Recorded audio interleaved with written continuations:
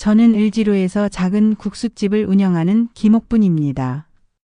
올해로 74살이죠. 2025년 4월 어느 화창한 날 오전 11시 40분이었어요. 점심시간을 앞두고 손녀 혜원이가 저를 도우러 왔습니다. 혜원이는 건축회사에서 일하는 똑똑한 아이예요. 할머니, 면수 준비할게요.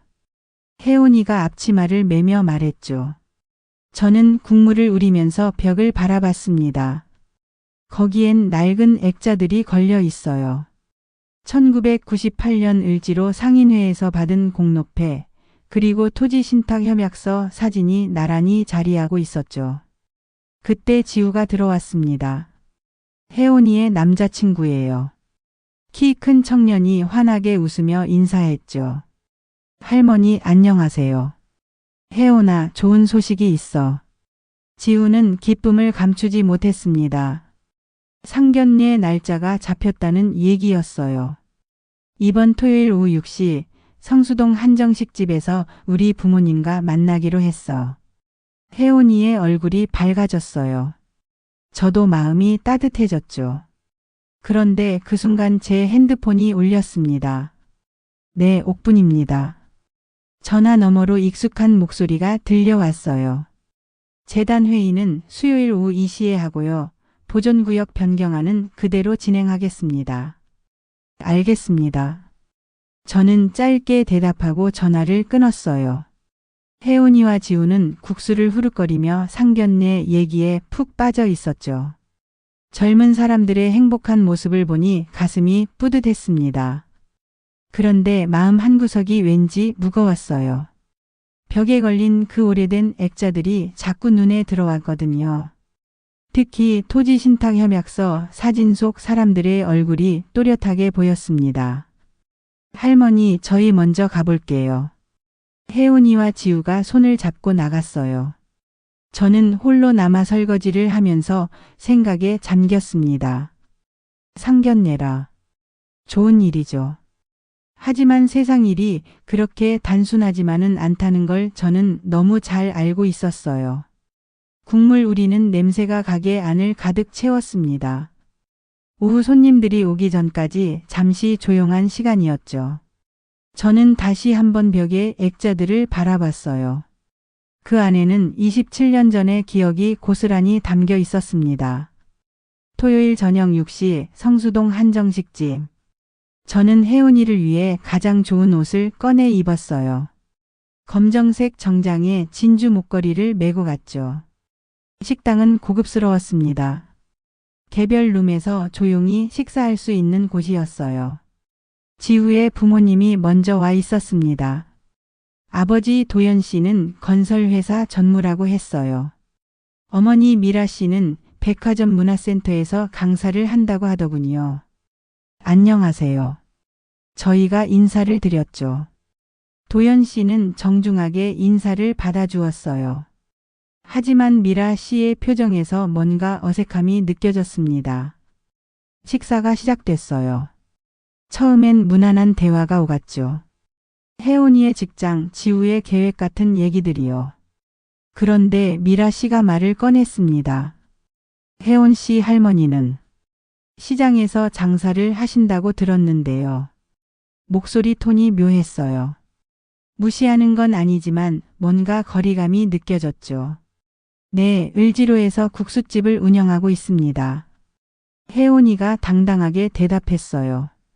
아, 그러시군요. 요즘 시장 장사가 많이 어려우시죠.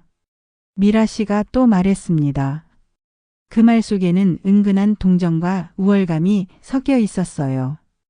도연 씨도 한마디 거들었죠. 노포 장사는 전통이 있어서 좋긴 한데 요즘 젊은 세대랑은 좀 다르잖아요. 저는 조용히 듣고만 있었어요. 하지만 가슴이 답답해지기 시작했습니다. 미라 씨가 더 직설적으로 나왔어요. 솔직히 말씀드리면 저희 집안과는 좀 시장 통뿌리와는 인연을 맺기가 힘들 것 같아요. 그 순간 공기가 얼어붙었습니다. 혜원이의 얼굴이 창백해졌어요. 지우는 입을 다물고 있었죠. 혜은이가 자리에서 일어나려고 했어요. 저는 재빨리 혜은이의 손을 잡았습니다. 눈짓으로 진정하라고 했죠. 감정을 드러내봤자 좋을 게 없었거든요. 죄송하지만 저희는 먼저 일어나겠습니다. 저는 정중하게 말하며 자리에서 일어났어요. 혜은이와 함께 식당을 나왔죠. 택시 안에서 혜은이가 울었습니다. 할머니 너무 화나요. 사람을 그렇게 무시할 수가 있나요? 저는 혜은이의 등을 토닥여줬어요.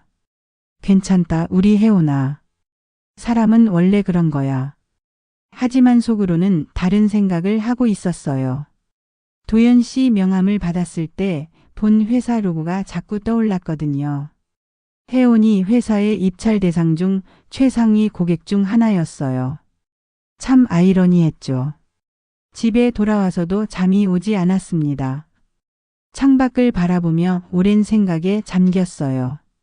체면이라는 게 때로는 사람을 이렇게 만드는구나 싶었죠. 상견례 이틀 후인 월요일 밤 9시 30분 지우가 찾아왔어요. 혜은이는 집에서 기다리고 있었죠. 지우의 표정이 어둡기만 했습니다. 혜은아 미안해. 지우가 먼저 말을 꺼냈어요. 시간을 좀 달라. 부모님을 설득해 볼게. 하지만 그 다음 말이 문제였죠. 사실 부모님 뜻을 거스르기가 쉽지 않아. 아버지 회사 일도 있고 어머니도 체면을 많이 생각하셔서. 혜은이의 얼굴이 굳어갔어요. 그럼 지우 씨 생각은 어떤데요? 나는 혜은이가 좋아. 하지만 지우가 말끝을 흐렸어요. 그 순간 혜은이가 일어섰습니다. 됐어요. 이해했어요. 혜은이의 목소리는 차가웠죠. 사람을 겉으로 재단하는 잣대와는 함께할 수 없어요. 우리 잠시 떨어져 있어요. 지우가 더 뭔가 말하려 했지만 혜은이는 돌아서 버렸어요. 저는 부엌에서 그 광경을 지켜봤습니다. 마음이 아팠지만 혜은이의 판단이 옳다고 생각했어요. 지우가 나간 후 혜은이가 눈물을 흘리며 제 품에 안겼죠. 할머니, 저 잘못 생각한 거 맞죠? 아니다, 혜은아. 내가 옳다. 저는 혜은이를 달래며 마음속으로 다짐했어요. 이대로 넘어갈 수는 없다고요. 혜은이가 잠든 후 저는 혼자 거실에 앉아 있었습니다. 그리고 서랍 깊숙한 곳에서 낡은 스프링 노트를 꺼냈어요. 그 노트 안에는 27년간 모아온 연락처들이 빼곡히 적혀 있었죠. 상인회 사람들, 신탁회사 직원들, 변호사, 그리고 시의회 도시계획 특위 자문단까지. 노트를 넘기며 저는 생각했습니다. 때가 된 것 같다고요. 아니, 때를 만들어야겠다고 말이죠. 체면으로 사람을 무시하는 사람들에게는 체면을 잃는 게 가장 큰 교훈이 될 테니까요. 다만 저는 거짓말은 하지 않을 겁니다. 사실만으로도 충분하거든요. 저는 노트의 첫 번째 번호를 찾았어요. 내일부터 시작해야겠다는 생각이 들었죠.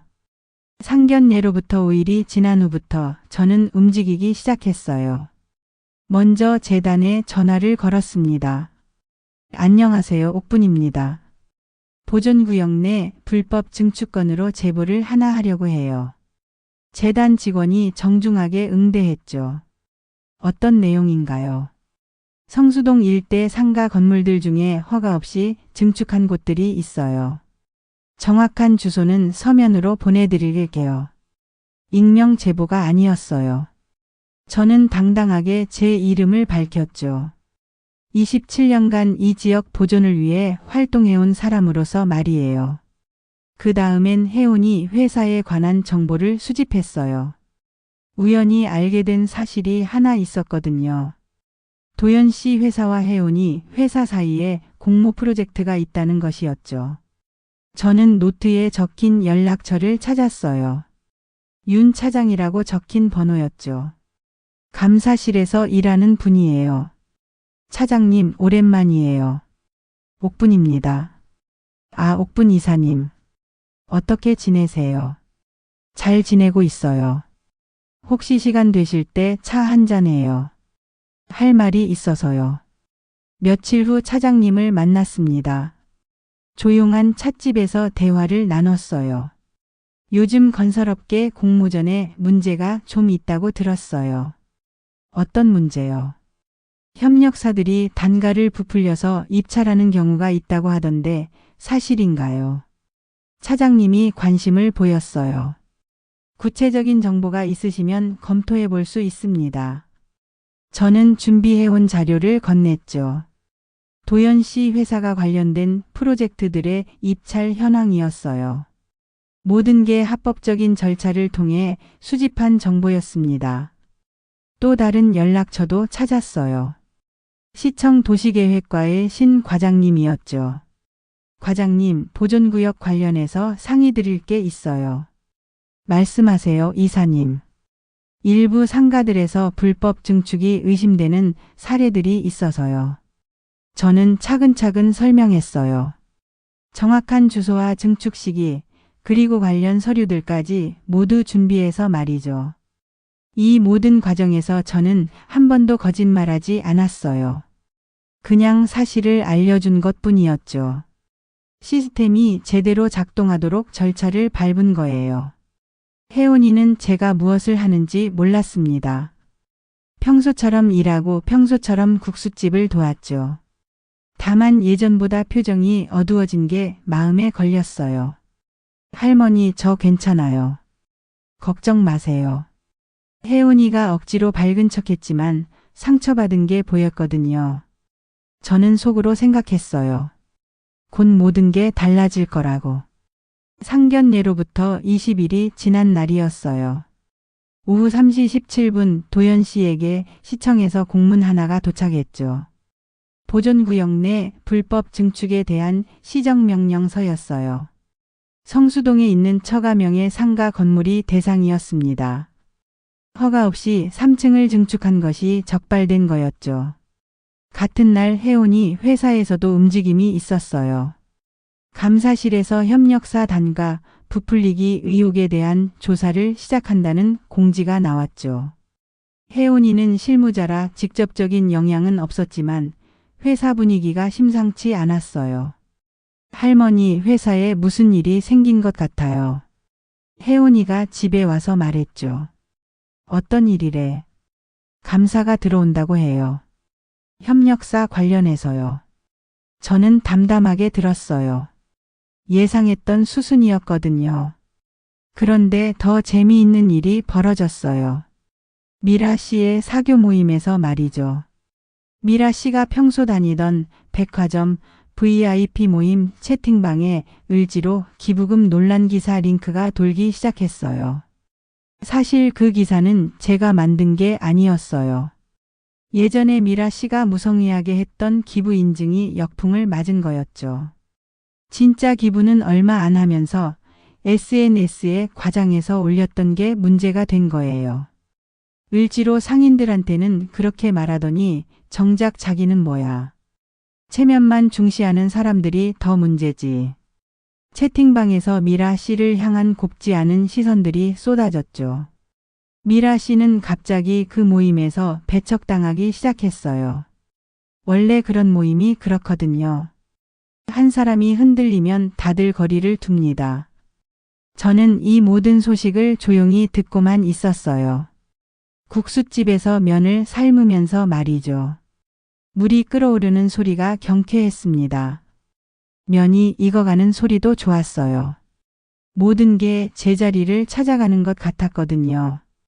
혜원이가 물었어요. 할머니, 요즘 무슨 생각하세요? 그냥.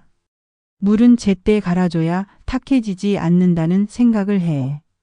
혜원이가 고개를 갸우뚱했지만 저는 더 설명하지 않았어요. 곧 모든 게 명확해질 테니까요.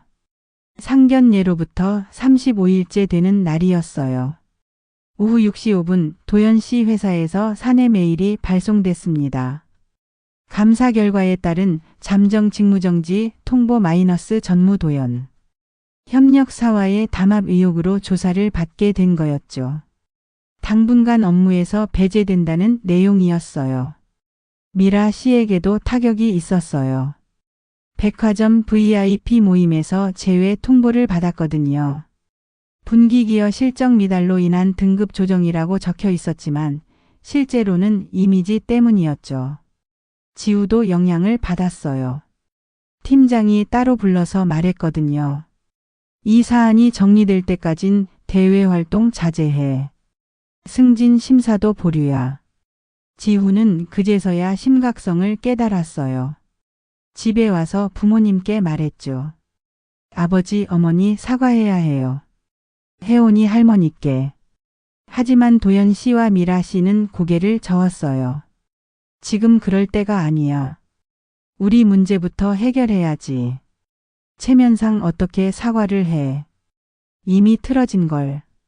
지우는 답답했어요. 모든 게 꼬여가는 걸 보면서도 부모님은 여전히 고집을 부렸거든요. 한편 저는 국수집에서 평소와 다름없이 일했어요. 면을 삶고 국물을 끓이고 손님들을 맞았죠. 혜원이가 물었어요. 할머니, 지우 아버지 회사에 무슨 일 났다던데. 그래. 감사를 받는다고 하던데요. 그렇구나. 저는 담담하게 대답했어요. 혜원이는 더 묻지 않았죠. 면을 삶으면서 저는 생각했어요. 물은 정말 제때 갈아줘야 한다고. 탁해진 물로는 제대로 된 면을 삶을 수 없거든요. 사람 관계도 마찬가지예요. 잘못된 관계는 정리해야 새로운 관계가 시작될 수 있죠. 도미노가 넘어지기 시작하면 끝까지 갑니다. 저는 그 첫 번째 도미노를 살짝 건드린 것 뿐이었어요. 나머지는 모두 그들 스스로 만든 결과였죠. 저녁 장사를 마치고 문을 닫으면서 저는 하늘을 올려다봤어요. 별이 참 많이 보이는 밤이었습니다. 상견례로부터 42일이 지난 날이었어요. 혜원이가 우연히 재단 회의록을 볼 기회가 생겼어요. 회사 업무 관련해서 보존구역 자료를 찾던 중이었죠. 그 회의록에서 혜원이는 충격적인 사실을 발견했습니다. 김옥분 이사, 보존구역 토지 신탁 공동수익자. 저의 진짜 정체가 드러난 순간이었어요. 혜원이는 그날 저녁 집에 와서 물었어요. 할머니, 재단 이사이신 거 맞죠? 더 이상 숨길 필요가 없었어요. 그렇다. 토지 신탁 공동수익자이기도 하고요. 맞다. 혜원이가 벽에 걸린 1998년 사진을 가리켰어요. 이 사진 속 사람들이 지금의 행정, 금융 키맨들이네요. 똑똑하구나, 우리 혜원이. 저는 미소를 지었어요. 27년 전 그 사람들이 지금은 각각 중요한 자리에 있었거든요. 시청 도시계획과장, 감사원 국장, 신탁회사 이사, 시의회 의원까지. 혜원이가 떨리는 목소리로 물었어요. 할머니, 복수하신 거예요. 저는 고개를 저었죠. 복수가 아니다. 나는 규정을 움직였을 뿐이야. 거짓은 건드리지 않았다. 그럼 진실이 제 발로 걸어온 거다. 혜원이는 이해할 수 없다는 표정이었어요. 저는 차근차근 설명했죠. 도연 씨 처가 상가는 실제로 불법 증축이 맞아. 회사 협력사 단가 조작도 사실이고. 미라 씨 기부금 논란도 본인이 만든 일이야. 하지만 할머니가 의도적으로. 의도는 있었지. 하지만 거짓말은 하나도 없었어. 저는 혜원이의 손을 잡았어요. 혜원아, 나는 27년 동안 이 지역을 지켜온 사람이야. 그동안 쌓은 관계들이 있고 알고 있는 정보들이 있어. 그걸 이용하신 거군요. 이용이 아니라 시스템이 제대로 작동하도록 한 거야. 잘못된 건 바로 잡아야지. 혜원이가 복잡한 표정을 지었어요. 사람들을 판단하는 기준이 잘못됐다고 생각하니. 그렇다. 체면으로 사람을 무시하는 사람들에게는 그들이 가장 소중히 여기는 체면을 잃게 하는 게 가장 확실한 교훈이지. 저는 면을 삶고 있었어요. 물이 보글보글 끓어오르고 있었죠. 물이 끓는 소리 들려. 네, 사람도 때가 있어. 끓는 순간을 놓치면 안 돼. 혜원이가 그제서야 이해하는 것 같았어요. 상견례로부터 50일이 지난 어느 오후였어요. 도연 씨 가족이 국수집으로 찾아왔습니다. 셋 다 초췌한 모습이었어요. 안녕하세요. 도연 씨가 먼저 인사했죠. 목소리가 많이 작아져 있었어요. 앉으세요.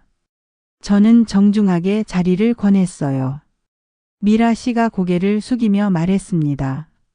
죄송합니다. 정말 죄송해요. 무엇이요? 사람을 급으로 나눠서 본 죄 평생 잊지 않겠어요.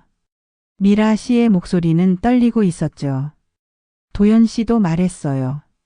저희가 너무 오만했습니다. 사과드려요. 지훈은 혜원이를 바라보며 말했죠. 혜원아, 정말 미안해. 내가 너무 나약했어. 저는 그들의 사과를 들으면서 생각했어요. 늦었지만 필요한 말들이었죠. 사과는 받아들이겠습니다. 저는 차분하게 말했어요. 하지만 다시 식탁은 함께하지 않겠어요. 미라 씨가 놀란 표정을 지었죠. 용서는 하되 경계는 분명히 하겠다는 뜻입니다. 사람을 무시한 건 사실이니까요. 도연 씨가 고개를 끄덕였어요. 이해합니다. 저희가 잘못했어요. 지우가 혜원이에게 마지막으로 진심을 전했어요. 혜원아, 나는 정말 너를 사랑해. 하지만 내가 원하지 않는다면. 혜원이가 지우의 말을 끊었습니다. 지우 씨 고마워요. 하지만 저는 제 기준을 택할 거예요. 혜원이의 목소리는 단호했어요. 많이 성장한 것 같았죠. 사람을 겉모습으로 판단하지 않는 사람과 함께하고 싶어요. 그게 제 기준이에요. 지우가 고개를 숙였어요. 더 이상 할 말이 없다는 표정이었죠. 도연 씨 가족이 나간 후 저는 혜원이와 단둘이 앉아 있었어요. 할머니, 제가 너무 냉정한 걸까요? 아니다. 탁해진 물은 버리고 새 물로 바꿔야 하는 거야. 저는 혜원이를 위로했어요. 때로는 관계에도 선을 그어야 한다는 걸 혜원이가 배워야 했거든요. 상견례로부터 70일이 지났어요. 혜원이는 새로운 프로젝트에 참여하게 됐습니다. 지역 커뮤니티와 협업하는 보행친화 골목 사업이었어요. 할머니, 이 프로젝트에 자문해 주실 수 있으세요? 혜원이가 부탁했죠. 자문이라니 내가 뭘 안다고. 할머니는 이 지역을 가장 잘 아는 분이잖아요. 저는 웃으며 고개를 끄덕였어요. 혜원이가 일에 다시 열정을 보이니 기뻤거든요. 재단에서도 새로운 소식이 있었어요. 장학금을 하나 신설한다는 공고가 났거든요. 옥분 장학금 마이너스 도시재생 전공 학생 지원. 제 이름을 딴 장학금이었어요. 젊은 사람들이 도시를 더 살기 좋게 만드는 일을 하길 바라는 마음에서였죠. 혜원이가 공고를 보고 놀랐어요. 할머니, 이거.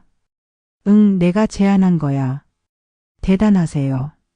뭐가 대단해? 돈은 써야 의미가 있는 거야. 한편 지우는 집을 나와 독립했다고 들었어요. 부모와는 거리를 두기로 했다고 하더군요. 상담 치료도 시작했다고 했죠. 어느 날 지우가 국수집 앞을 지나가는 걸 봤어요. 많이 말랐더군요. 하지만 표정은 예전보다 편안해 보였어요. 혜원이에게 물어봤죠. 지우 근황이 어때? 혼자 살면서 많이 생각한다고 해요. 부모님과는 당분간 연락 안 한다고 하더라고요. 그럴 수도 있지. 할머니는 지우 씨를 어떻게 생각하세요? 저는 잠시 생각해 봤어요. 사람은 변할 수 있어. 다만 진짜 변했는지는 시간이 지나야 알 수 있지. 혜원이가 고개를 끄덕였어요. 저도 그렇게 생각해요. 프로젝트가 진행되면서 혜원이는 많은 사람들을 만났어요. 골목 상인들, 주민들, 공무원들까지. 다양한 사람들과 소통하면서 혜원이는 더욱 성장했죠. 할머니, 사람을 보는 눈이 생긴 것 같아요. 어떤 눈? 겉모습이 아니라 그 사람이 쌓아온 시간을 보는 눈이요. 저는 뿌듯했어요. 혜원이가 정말 중요한 걸 깨달았거든요. 그래, 사람은 하루아침에 만들어지는 게 아니야. 시간이 쌓여서 만들어지는 거지. 골목 사업은 성공적으로 진행됐어요. 주민들의 호응도 좋았죠. 혜원이의 실력을 인정하는 사람들도 많아졌습니다. 할머니 덕분인 것 같아요. 뭐가? 할머니가 가르쳐 주신 것들 때문에요. 저는 혜원이의 머리를 쓰다듬었어요. 우리 손녀가 이렇게 훌륭하게 자라줘서 고마웠거든요. 가을 첫 비가 내리는 저녁이었어요. 오후 7시 30분쯤이었죠. 혜원이가 주방을 도와 면을 건지고 있었습니다. 빗소리가 창문을 두드리고 있었어요. 할머니 면 다 됐나요? 응, 건져. 혜원이가 체에 면을 건지며 물었어요. 할머니는 어떻게 끓는 순간을 아세요? 오래 하다 보면 알게 돼. 저는 국자로 국물을 저으며 말했죠. 끓는 순간을 알아보면 사람의 때도 알아본다. 사람의 때요. 그래. 언제 행동해야 하는지, 언제 기다려야 하는지. 혜원이가 고개를 끄덕였어요. 할머니는 그 때를 놓치지 않으셨네요. 놓쳤으면 지금까지 후회했겠지. 비는 계속 내리고 있었어요. 가게 안은 따뜻했죠. 카운터 위에 새 액자가 하나 놓여 있었어요. 최근에 받은 상생상이었습니다. 지역사회 발전에 기여한 공로를 인정받은 거였죠. 그 옆에 작은 메모가 붙어 있었어요. 사람은 겉이 아니라 쌓인 시간을 봅니다. -5분. 혜원이가 그 메모를 읽으며 웃었어요. 할머니 글씨체 참 예쁘다. 늙으니 글씨가 뭐가 예뻐. 마음이 예뻐서 글씨도 예쁜 것 같아요. 저는 혜원이를 바라봤어요. 몇 달 전과는 완전히 다른 모습이었죠. 더 단단해지고 더 현명해진 것 같았어요. 혜원아, 너 많이 컸구나. 할머니 덕분이에요. 내가 뭘 했다고. 사이다는 복수가 아니라는 걸 가르쳐 주셨잖아요. 혜원이의 말이 맞았어요. 저는 복수를 한 게 아니었습니다. 그냥 기준을 세우고 지키는 용기를 보여준 거였죠. 그리고 시스템이 작동하도록 절차를 밟는 꾸준함을 실천한 거였고요. 사이다는 원래 그런 거야. 뜨거운 게 아니라 시원한 거지. 시원한 거요. 응. 답답한 마음을 시원하게 풀어주는 거. 빗소리가 더 커졌어요. 하지만 가게 안은 평온했습니다. 손님들이 하나둘씩 들어왔어요. 비를 피해 온 사람들이었죠. 따뜻한 국수 한 그릇을 먹으러 왔습니다. 어서 오세요. 저는 손님들을 맞으며 생각했어요. 국수집은 이런 곳이어야 한다고. 비 오는 날 따뜻함을 찾아오는 사람들을 맞아주는 곳이어야 한다고요. 혜원이가 능숙하게 서빙을 도왔어요. 이제 정말 제대로 된 파트너가 됐습니다. 할머니, 물 다시 끓여요. 그래. 새 물을 받아 끓이기 시작했어요. 깨끗한 물에서 새로운 면을 삶을 준비였죠. 물이 보글보글 끓어오르는 소리가 정겨웠습니다. 그 소리를 들으며 저는 확신했어요. 이게 바로 사이다의 진짜 의미라고. 복수가 아니라 기준을 세우고 지키는 것. 거짓이 아니라 진실이 제자리를 찾게 하는 것. 감정이 아니라 절차를 통해 시스템이 작동하게 하는 것. 비는 밤늦도록 내렸어요. 하지만 을지로 국수집은 여전히 따뜻했습니다. 앞으로도 계속 그럴 겁니다.